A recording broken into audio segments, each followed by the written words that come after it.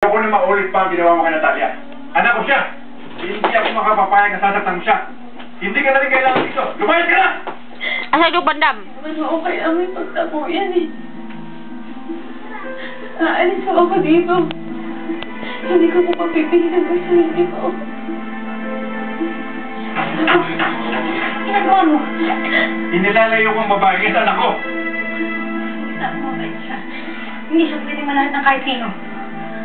Ano mo sinasabi mo, Esperanza? Sinatala yung sinungaling. Nakita ko mismo sinasaktan niya ang anak ko. Gustavo, huwag ka lang maging padalos-dalos sa pagagawa mo ng gusto. Maawa mo naman kay Belda. May anak siya. Sinabi sa akin ni Natalia, natatakot sa kay Belia. Kaya hindi sila pwede magkasama sa isang bahay. Hindi ito pagdating siya. Huwag mo na siya sinasabi niya. Kung ayaw mo siyang sweldohan, ako tatayo sa kanya. Ako magbabayad sa kanya. Naninibago ko sa'yo, Esperanza. Dati ayaw mo kay Belia. Ngayon naman pinagtatanggol mo siya. Noon yun, Gustavo. Pero nakita ko ang kaputino ng puso mo. Naamin ko, nagkamali ako ng pagkakakilala sa kanya. Kaya nga hinaharap kita ngayon eh. Nakikiusap ako sa'yo, Gustavo. Huwag mo siyang palalan kasi.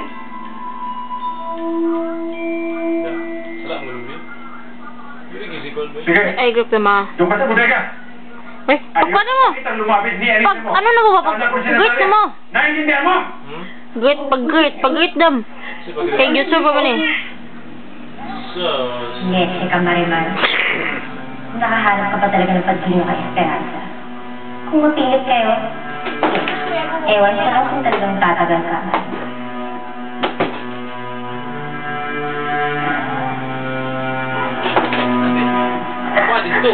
Ay. Radyo. Radyo.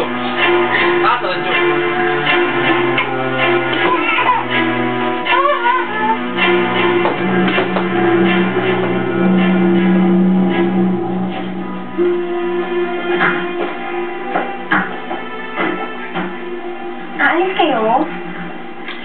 Niyaya ko si Renato mag-second honeymoon sa Paris. But don't worry, babalik kami. Sure ka ba? Okay na kayo ng asawa mo yan, ha? O baka naman wish mong mapatay sa may Eiffel Tower. Suicidal ka bang talaga, ha, friend? I have it all under control. Hawak ko si Renato. Ano ka? Mas malakas sa'yo si Renato, no? At mas mautak din. Kaya, kung ano man yung pinaplano mo, I'm sure may isahan ka nun. Hindi naman ako aalis ng bansa na wala akong plano. At doon ko isasagawa ang little skin ko. Kaya watch out ka na lang pagbalik ko ng Venus Antibales. Maraming pagbabago. Walang siyo? Ha? Tara, okay na ako. Check na. Bye, Molly. Bye! Pinadam. Bye, friends. Ingat kayo, ha? Bye, ingat! Salubong!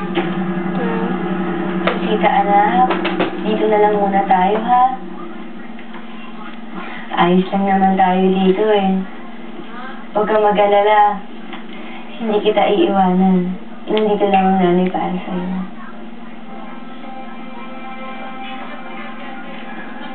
Piligoso, sa tingin mo, dapat pa tayo manatili dito? Ganun alam ko naman na galit sa akin si Senyor Gustavo. Hindi ko alam kung tama, Marimar eh.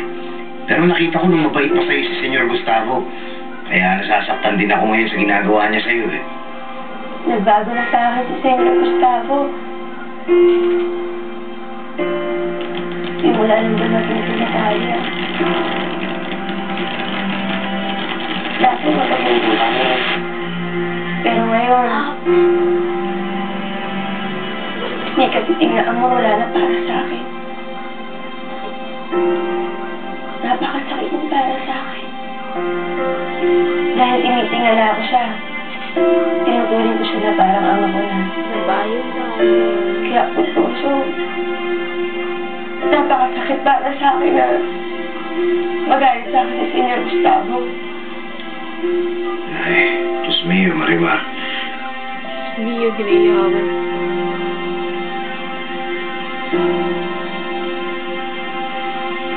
Nangyayari